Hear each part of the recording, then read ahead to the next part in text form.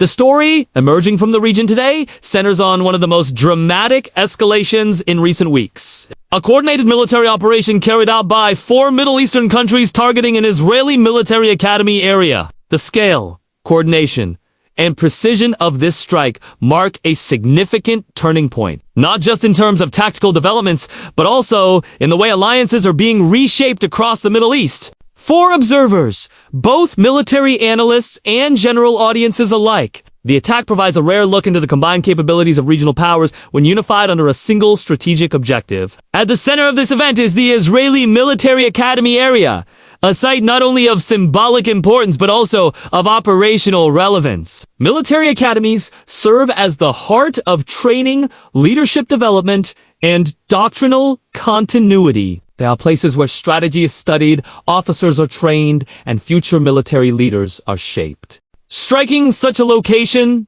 therefore, carries both a psychological and tactical dimension. It sends a message that even highly secure and deeply entrenched facilities are not beyond reach, and it disrupts the pipeline of military preparedness. This makes the chosen target particularly significant, signaling the intent to weaken Israel's future military leadership framework, rather than merely targeting active battle positions. The attack itself has been described as highly coordinated. Multiple strike vectors were used, integrating aerial, missile, and possibly cyber components to maximize disruption. 4 countries allying their efforts is no small feat. It involves synchronizing intelligence, timing, and equipment compatibility. This type of regional collaboration points to months, if not years, of quiet cooperation and planning. For military experts, the performance aspect lies not only in the strike itself, but in the logistics that enabled it. Moving resources into position without detection, maintaining secrecy across borders, and deploying assets with near-simultaneous timing show that the participating nations have advanced their interoperability to an unprecedented level. From a technical perspective, reports suggest the use of medium and long-range missile systems capable of penetrating layered air defenses. The performance of these systems is notable in their ability to bypass Israel's renowned anti-missile networks, including the Iron Dome and David's Sling. The fact that missiles reach their intended targets with accuracy raises questions about potential saturation tactics, electronic warfare assistance, or new warhead designs that reduce detectability. To a layman, this essentially means that the attackers found a way to overwhelm or trick one of the most advanced defense shields in the world, highlighting vulnerabilities that were previously thought to be well covered. Equally important are the design elements of the operation. It wasn't merely about firepower. It was about the choreography of pressure.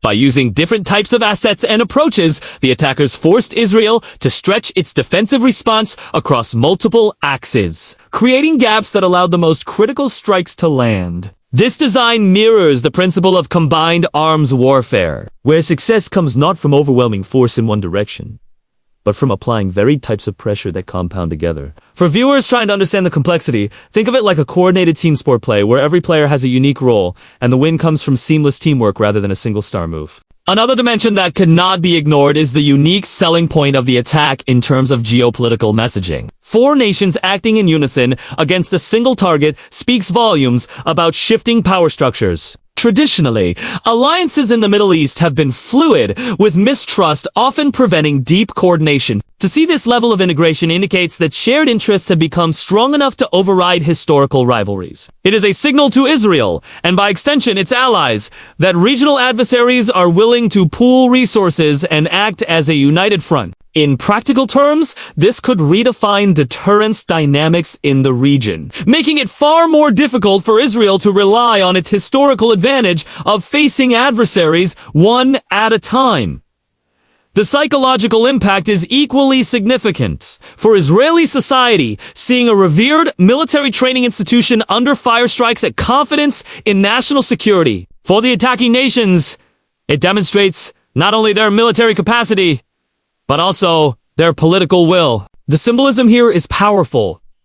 Future officers, commanders, and strategic thinkers were targeted not while in battle, but at the very foundation of their preparation. This is meant to challenge morale and create doubt about the future resilience of Israel's defense structure. Performance aspects extend beyond the attack itself to the aftermath. The rapid dissemination of footage, reports, and analysis across digital platforms indicates that information warfare is being tightly woven into kinetic operations. The attackers likely anticipated that the world would be watching and crafted their narrative accordingly. The speed and clarity with which their message spreads suggest pre-prepared media strategies. For a modern audience, this demonstrates how contemporary warfare is fought as much on screens and in headlines as it is on the ground. When breaking down the effectiveness of the strike, analysts are also looking at the layered implications. Did the attack degrade Israel's operational capacity, or was the goal primarily symbolic? Evidence suggests a mix of both. While no academy building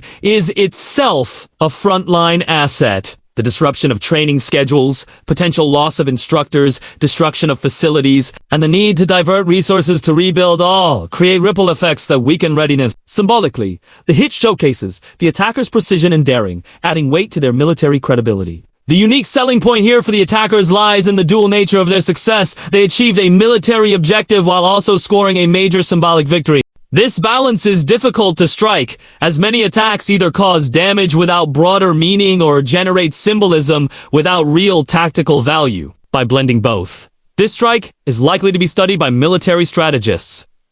For its layered design, on a broader level, the attack forces questions about the durability of Israel's defense doctrine. For years, the country has relied on its advanced missile defense systems and its ability to disrupt threats preemptively. The fact that this operation succeeded despite those defenses raises concerns about whether Israel can continue to dominate the technological edge. Lay observers may wonder, how could a country with some of the best defenses in the world still be vulnerable? The answer lies in the evolving nature of warfare, where attackers are learning, adapting, and combining methods to exploit weaknesses. The larger regional picture also cannot be ignored. This coordinated strike may embolden other nations or non-state actors to attempt similar operations. The sense of collective empowerment derived from this success could reshape how regional conflicts are approached moving forward. If 4 countries could synchronize this effectively, others may be encouraged to experiment with coalitions of their own, making the Middle East landscape even more complex. Equally, the response from Israel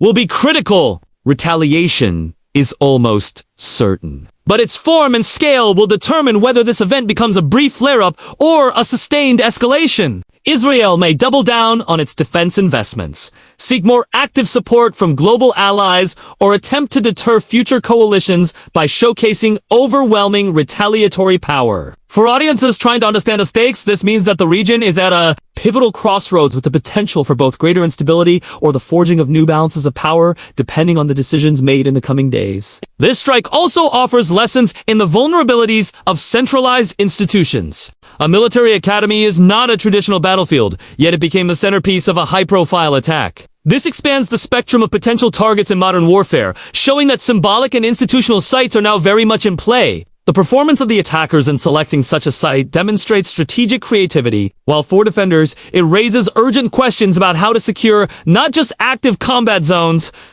but also foundational institutions. For a general audience, the takeaway is that this was not a random or impulsive event.